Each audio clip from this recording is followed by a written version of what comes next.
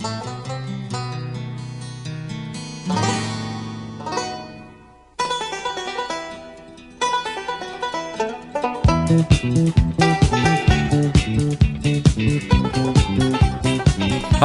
and welcome to another episode of the Cover Zero podcast, the show where I cover the least in the best way possible. I'm your host, Jason Wells. Today is Friday, October 24th. Week 8 is here. We are almost at the midway point of the season. Honestly, unbelievable to just be saying that, but this is kind of a weird week. We have 6 teams on bye, and a lot of very heavy favorites. I mean, I think most of the games, the favorites are like -5 or higher. Feels like we'll have a lot of like likely scenario games, but that's the thing about the NFL. We never know. Some of these teams that, they've been playing really well, they're actually frauds, and some of these teams that have been playing very poorly, they might be on the come up. We'll see. All I know this week is the Dolphins definitely losing their game. I think that I can say that without a doubt.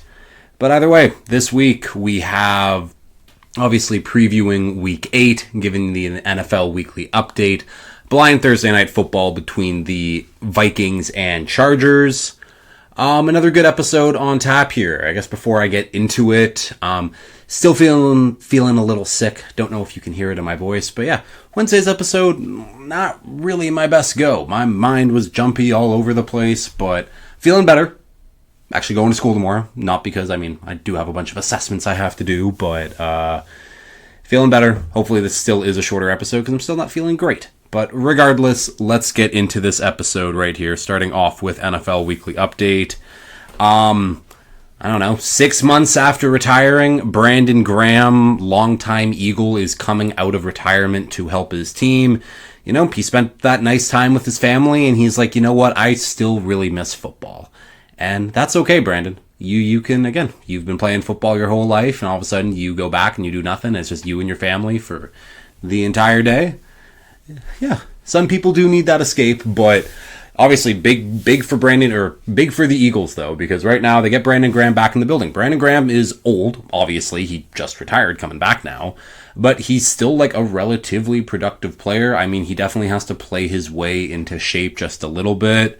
But now that kind of negates the loss that Zadarius Smith gave them, and hopefully Nolan Smith comes back relatively soon as well, and all of a sudden, okay, that Eagles defense is back to humming again, hopefully.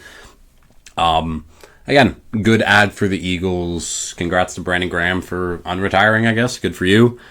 Dre Greenlaw has been suspended for 1 game after the victory on Sunday against the Giants. After the game, Dre Greenlaw got in one of the ref's face and verbally threatened him. That's what the suspension is for. Again, I don't know what caused Dre Greenlaw to do that. Very dumb suspension anyways, but a suspension nonetheless. You can't, again, verbally threaten might be a little bit harsh of words to use, but that's what the NFL language is. But yeah, I'm sure he shit-talked that ref. No doubt in my mind. We'll keep going. Tyler Lockett has asked for a release from the Tennessee Titans, and he has been granted that release. So now Tyler Lockett is a free agent.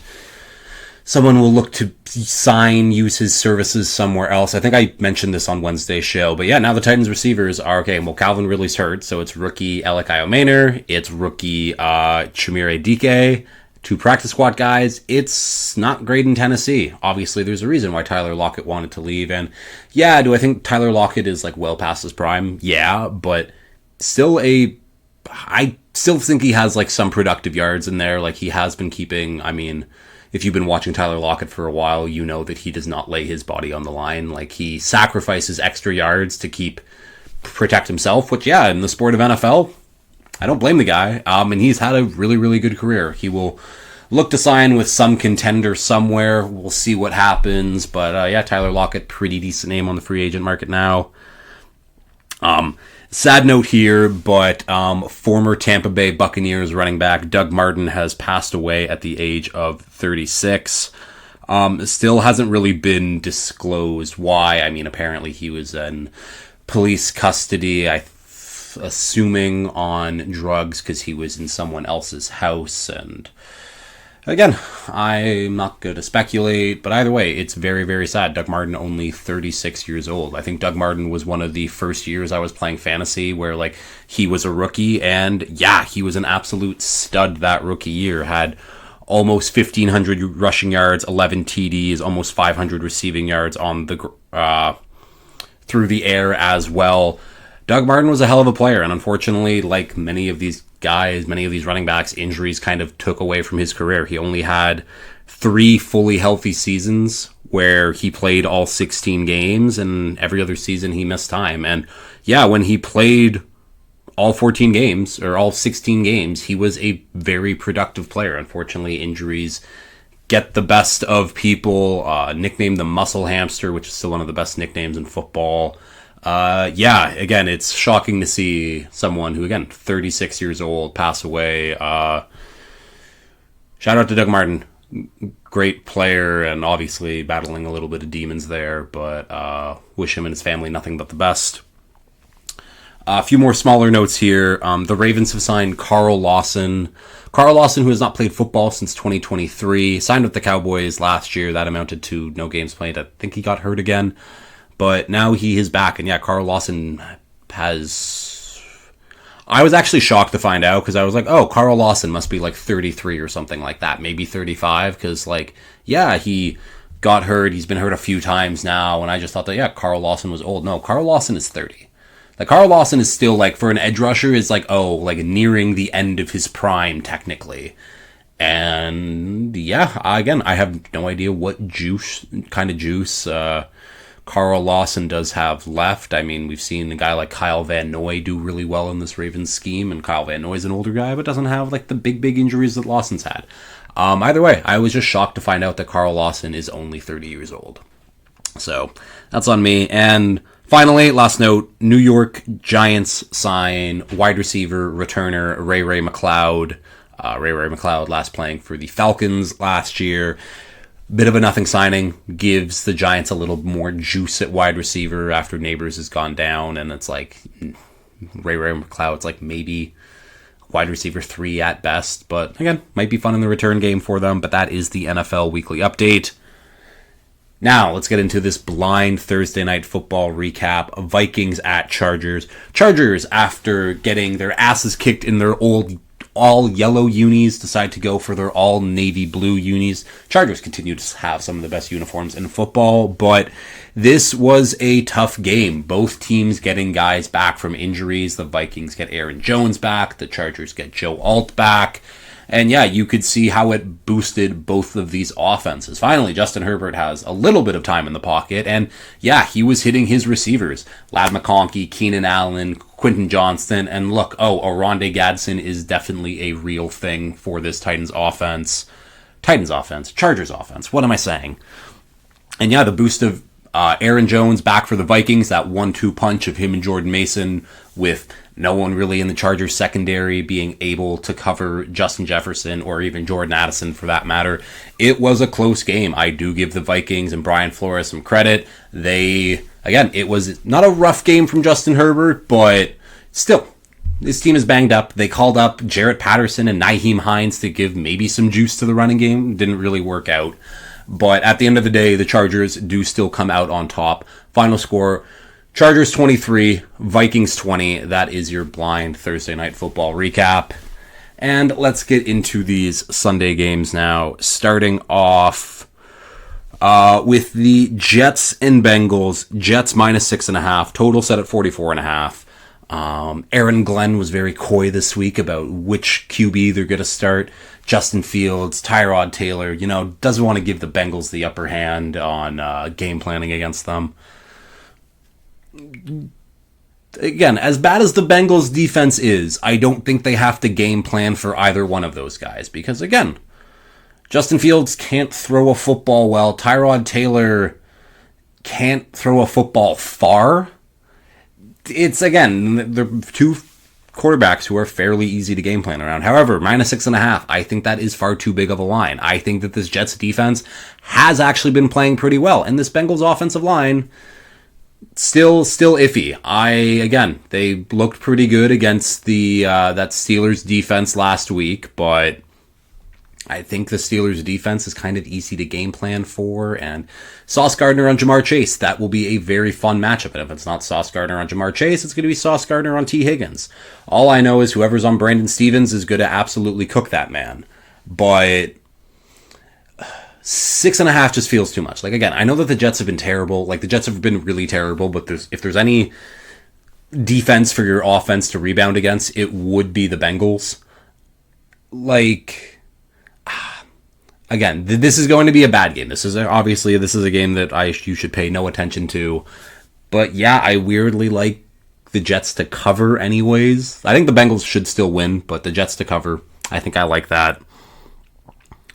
Next game up here, Bills at Panthers. Bills minus 7.5. Total set at 45.5. Andy Dalton making the start for the Panthers, and that's all I kind of really need to say in this. The Bills coming off a bye, rested. They have not been playing great football as of late. I believe they're getting Larry Ogunjobi and Michael Hoyt back, which should help shore up that run defense, hopefully, anyways. Yeah, and I think Josh Allen has been pissed off after his last 2 starts, and I think this could be a game where, Josh Allen goes a little nuclear anyways. And it will have to be like the Josh Allen show, because I think that James Cook, again, Derek Brown has been very, very stout in run defense, and so have just the Panthers in general, but Derek Brown's a big part of that. Where, yeah, I think James Cook will get bottled up a little bit. J.C. Horn has been terrific this year, and he's going to take away one option on whichever way the Bills decide to go. So, yeah, I think Josh Allen will have to play a little bit of hero ball in this one. But I do think the Bills win this one pretty handily anyways. Just because Andy Dalton is the opposing quarterback kind of makes it easy. We'll keep going. 49ers at Texans. Texans minus 2.5. Total set of 41.5. No Brock Purdy, again, for this team. It will be Mac Jones. I will look if Ricky Pearsall is any closer, but he missed practice again, so I doubt Pearsall's playing. Yeah, that turf toe from Brock Purdy is bad. Letting him play against Jacksonville looks like a terrible decision now at this point. Could have been a Brock or a Mac Jones revenge game, but yeah, with all that being said, and all the injuries and all, I still feel like this is the Niners' game. Yes, this Texans defense is awesome. Like, no doubt in my mind, the Texans defense is incredible. However, the Texans offense is anemic and just plain old not very good. Robert Saleh has his unit playing very, very well despite the losses of Nick Bosa and Fred Warner, and yeah, I think that they'll be up for the challenge. I think that Kyle Shanahan and CMC, they can kind of scheme up enough against the Texans defense, and Mac Jones just kind of needs to hit his shots. Yeah, this should be a low-scoring game. I mean, there's a reason that the total's only at 41.5, but yeah, I'm a believer in the Niners in this one.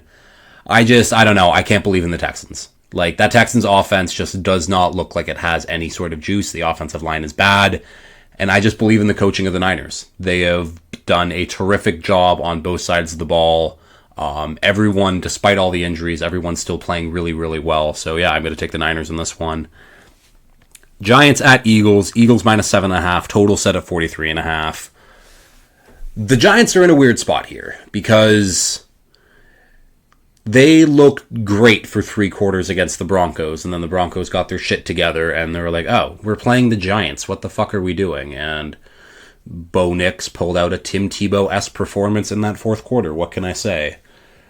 But at the end of the day, I still don't think that this Giants team is very good. And I think that losing last week might have been the opposite of a morale booster. Again, the brain's still not working fully. Where the Eagles, on the other hand, they were feeling it last week. They looked good. The passing attack was great. And that defense is a little bit healthier. And oh, look, they get that added boost of Brandon Graham this week. That's fun. Or yeah, I think this could be like an Eagles shit-kicking game where people realize, oh, Jackson Dart, he's fun, but he still has a long way to go. Cam Scadaboo, he's fun, but he's just a crazy person out there on the field. Like, it is what it is. A.J. Brown might not play in this one. That might be actually a big factor now that I'm remembering it. again, 7.5 for the Eagles. I think that this, again, if AJ Brown is healthy and like things are good to go, I think this could be a game where the Eagles like remind people that we're the Eagles and the Giants are the Giants, and there is a big difference here. If AJ Brown doesn't play, I think the Eagles still win, but I think the Giants might cover. Regardless, we can keep going here. Browns at Patriots. Patriots minus 7.5. Total set at 40.5. Yeah, Drake May, the MVP candidate, is going to play really well against the Browns. Again, the Browns defense is good. I think that, actually, now that I'm saying it, I think that the Browns will actually play some pretty decent football here. The Browns defense anyways will, because again, the offensive line has been playing good, but they haven't gone against Myles Garrett. The weapons are looking good, but they haven't gone against Denzel Ward, Tyson Campbell. Like, this is a very good Browns defense. Let's not forget that. But then on the other side of the ball, it's the Browns defense the Browns offense against the Patriots defense. And yeah, the Patriots defense is playing some pretty damn good football, where the Browns offense is just not. So yes, the Patriots are going to win this one. That's pretty cut and dry, pretty easy. But 7.5 points? I don't know. I think this could be closer than people want to admit, want to expect anyways. But yeah, I kind of want to take Browns plus 7.5. Again, Patriots win this one easy, but I think this might be like a backdoor cover situation. Quinshon Judkins will need to have another good game on the ground for, I think, the Browns to keep this one close. But I am interested to see how Myles Garrett holds up against Will Campbell anyways, or vice versa. How Will Campbell holds up against Myles Garrett, because I know what Myles Garrett is going to do. He's going to get after Drake May. That's for damn sure. Next game up, Bears at Ravens. Ravens minus 6.5. Total set at 49.5. Lamar Jackson should be back in this game. We have not got confirmation if the former two-time MVP, 3-time MVP, 2-time MVP. 2-time MVP? I'm mad at myself that I have to look up how many MVPs Lamar Jackson has. That's embarrassing for my football knowledge, and I apologize. I started off with 2-time MVP, and he is a 2-time MVP. I should have trusted myself. I should have been a 3-time MVP, because you should have Josh Allen's MVP. Blah, blah, blah, blah, blah. Regardless, Lamar should be playing in this one. And the Bears have been playing good football. They're on a bit of a streak here. Their run game has been really good. And it's the Ravens offense has looked so bad, but now they get Lamar Jackson back. And yeah, Lamar Jackson is going to remind people why he's one of the best quarterbacks on the planet to have ever existed. This game feels like an over game because the Ravens haven't done anything to their defense. The Ravens defense is still bad. Very bad. And yeah, they're going against a good offense in Ben Johnson and the Bears. Where, people might say, well, the passing attack hasn't looked good. It's okay, great. The run game has been stellar the last couple games, and now they have multiple ways to beat you. That sounds like a good issue to me. Yeah, I think that the Bears will continue to run the ball well, will continue to put up points, but yeah, I think that the Ravens offense anyways is going to be way too much for the Bears to handle. Now, plus 6.5, minus 6.5, whatever, 6.5. I kind of like the Bears there because, yeah, the Ravens defense has been atrocious so far, and I don't think that anything has really changed since the bye. I guess we will see. The Ravens obviously need to win this game. If they don't win this game, then I think that's basically it on their playoff chances, but we shall see. Dolphins at Falcons. Falcons minus 7.5 for a very good reason. Total set at 44.5. Bijan Robinson to break the rushing yards record. I've been saying it every single week. Whoever's going against us is going to put up a lot of yards. Actually, that's something I will do here is I need to look up what Bijan's totals are for this week because he averages a lot of yards a game. Clearly. And he's going against one of the worst run defense in football, in my opinion anyways. Bijan Robinson, rushing yards, where is it? He's minus 115 to get 90 yards. Plus 130 for 100. I will definitely be betting that. I will be betting him to score a touchdown. I will be betting Tyler Algier to definitely score a touchdown. Like, the Falcons are going to win. Our defense can't stop anyone. We are terrible. I would like to see a little bit of fight from our offense, just like a little bit, and I don't think this Falcons defense is that good. So it would be nice if we could at least put up some points, but like, we're not going to be able to stop Bijan and Drake London. It is what it is. Yeah, I'd like to see a little bit of fight from the offense. I'd like to see at least Achane get me some fantasy points, because that's all that matters now for this Dolphin season is Devon Achane scoring me fantasy points. Nothing else matters. Darren Waller on IR now, so it's bad. It's bad. Falcons are going to win this one easy. Well, what can I say? We'll keep going. Bucks at Saints. Bucks minus 4.5. Total set of 46.5. After a disappointing start from Spencer Rattler last week, he's looking to rebound here. Unfortunately, he gets a tough divisional opponent, and yeah, the Bucks are injured themselves, but the Bucks are still the way better team. Like, the Saints, they've been playing admirably, but the Bucks are going to be too much. Minus 4.5. That seems like this could be a game where the Bucks offense takes advantage a little bit. No Mike Evans, no Bucky Irving for them, but again, Emeka Ibuka's still good to go. Tez Johnson has looked like really nice in recent weeks. That defense is still playing very good football. And the Saints are just the Saints. They just, like, their best is not better than most people's, like, average. And it is what it is. This isn't a year for you guys to win anyways. Hoping Spencer Rattler has like a decent performance, because I do like seeing him start anyways, and it just makes it funnier that Tyler Shuck was a top 50 pick and he's never even going to play, and he's going to be 27 years old by the time he might play next year. But it is what it is. We'll keep going. Cowboys at Broncos. Broncos minus 3.5. Total set at 50.5. The Broncos should win this one. I don't know. This is tough. Because again, the Broncos offense isn't good. Like, you can talk all you want about, oh, well, Bo Nix, did you see his fourth quarter? Oh, we put up 200 yards and 4 TDs. And it's like, okay, but you take away that fourth quarter, he was abysmal for 3 of them. Like, again, I still think the Bo Nix is a bottom 10 starter in the league. I think I can say that with a lot of confidence anyways. But they're going against the Cowboys defense, and this Cowboys defense sucks. So, yeah, he should be able to move the ball pretty easily anyways. But we'll see. Bo Nix always surprises me in the weirdest ways. The matchup I am actually excited to see, though, is the Broncos defense versus the Cowboys offense. Two of the best in football going against each other. It will be a lot of fun. Javonte Williams revenge game. This might be a bet him to score 2 touchdowns game. Pat Surtain can only cover one of CeeDee Lamb or George Pickens, so he will have his hands full. Really, that's the side of the ball that I'm excited about, is Broncos defense versus Cowboys offense. And then we'll see what bad unit plays just slightly better than the other one, because that Broncos offense against the Cowboys defense shouldn't really do too much regardless.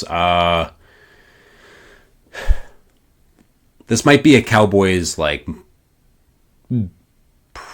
underdog money line. A money line dog, that's what I'm trying to say. It's tough. But I don't. The Broncos offense just gives me nothing. But the Cowboys defense is also atrocious. So I don't know. I'm staying away from this game, obviously. We'll keep going, though. 3 games left here. Titans at Colts. Colts minus 14.5. Total set at 47.5. If I would have told you that the Colts were favored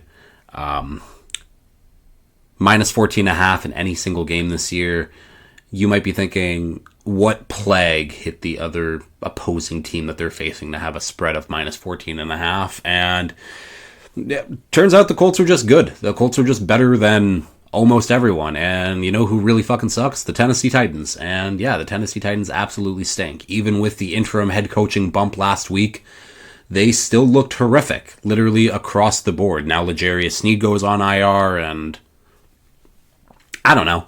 Like, yeah, the Colts are going to absolutely wipe the floor with them. Like, this is going to be a very, very easy game for them. I would assume that Jonathan Taylor scores another 2 TDs in this one. Like, really, he should. Daniel Jones is going to be able to move the ball at will, which is a crazy thing for me to be able to say. Yeah, no, the Colts are going to win this one easy. I won't even act like the Titans have any sort of chance. Titans on their way to another first overall pick potentially. Sunday night game here. Packers at Steelers. Packers minus 2.5. Total set at 45.5. This is a tough game for me to pick. First of all, Aaron Rodgers revenge game. That's always fun. But you get... This Packers team has been weird to me. This Packers team, I have been like, I like them, but I'm also like, you still have your issues, like, clearly. Like, I don't know. They're not... I just can't trust the Packers 100%, and I think that's completely valid of me to say, and I can't trust the Steelers 100% too, but I know exactly what the Steelers are at the end of the day, and I know that Mike Tomlin in these spots, at home, as an underdog, does really, really well. I think I looked it up earlier today where Mike Tomlin, at home, as a home dog against the spread is 22-7-3.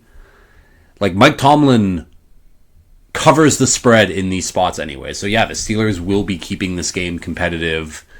Again, yeah, it's going to be a tough one. The Steelers defense got absolutely exposed last week, but the Packers don't have anyone even resembling guys like Jamar Chase or T. Higgins. So, yeah, that Steelers defense, I'm assuming, is going to bounce back a little bit. The Packers offensive line has been, like, okay so far, so maybe it's a bounce back game for Watt and Harmon and Hayward and Highsmith and Herbig. Like, I would think so anyways. But, honestly, like, this is going to be a really good game. I'm definitely taking Steelers plus 2.5 right now, but... again, this is a great measuring stick game. I do think the Packers are potentially one of these elite teams in the league. This would be a big test for them. If they win this one, but not convincingly, they kind of just stay in the same territory for me. But if they win by like a touchdown plus, then I would be like, okay, I'm already kind of sold on the Packers, but this might fully sell me on them. Maybe it shouldn't because it's still the Steelers, and I know what the Steelers are at the end of the day, but regardless. And finally, Monday Night Football, Commanders at Chiefs. Chiefs minus 11.5, total set at 47.5. The Chiefs are going to win this one by a lot. One, because the Commanders' defense has the average age of 57. And two, Marcus Mariota is their starting quarterback again this week because Jaden Daniels just unfortunately cannot stay healthy. Again, he's out with another hamstring injury. It's tough. That's kind of been the story of Jaden Daniels' first 2 years in the league has been, again, a lot of minor injuries, but minor injuries add up and are really fucking annoying to deal with. And yeah, with Marcus Mariota being the starting quarterback, I don't give the Commanders a chance. And hell yeah, he's been playing some good football, Marcus Mariota. Don't get that wrong, but the Chiefs are just on another level right now. And this Chiefs offense, who I keep saying is, they're the best in the league, they're going to take advantage of all of the old men that the Commanders have on their defense. Bobby Wagner will be sent straight to a retirement home after this game. Marshawn Lattimore might pull Avonte Davis and leave at halftime. It's a tough world out there for Commanders fans, going from the NFC title game, you're one game away from a Super Bowl, to, you're probably picking in the top 10 again this year. Who could have saw that coming? Me, I could have saw that coming. That was one of my hot takes to start the year. Either way, Chiefs win this one easy. And that is the Week 8 preview. Damn, I'm under 30 minutes right now. By the time I add things in, I'm going to amble at this point now. That's not right either, regardless. Yeah, so obviously I mentioned at the top, feeling a little under the weather this week. Still keeping on top of my schoolwork, though. It's been good. No, Halloween is right around the corner. I think next week, though, because next week will kind of be the midpoint of the season, I kind of want to do like some halftime awards and like some high school superlative things of like most likely to, most disappointing, that type of stuff. So I might do like a quick recap of everything where I'm just kind of saying one sentence about every single game. We'll see if I'll be able to do that because, you know, I like to talk. But, yeah, I guess I will just end it here. Again, lots of teams on bye this week, so there's a reason it's a shorter episode, but I will end it here. If you have liked this, as always, like, share, retweet, subscribe, tell your friends, and all that fun stuff. And until next time, peace.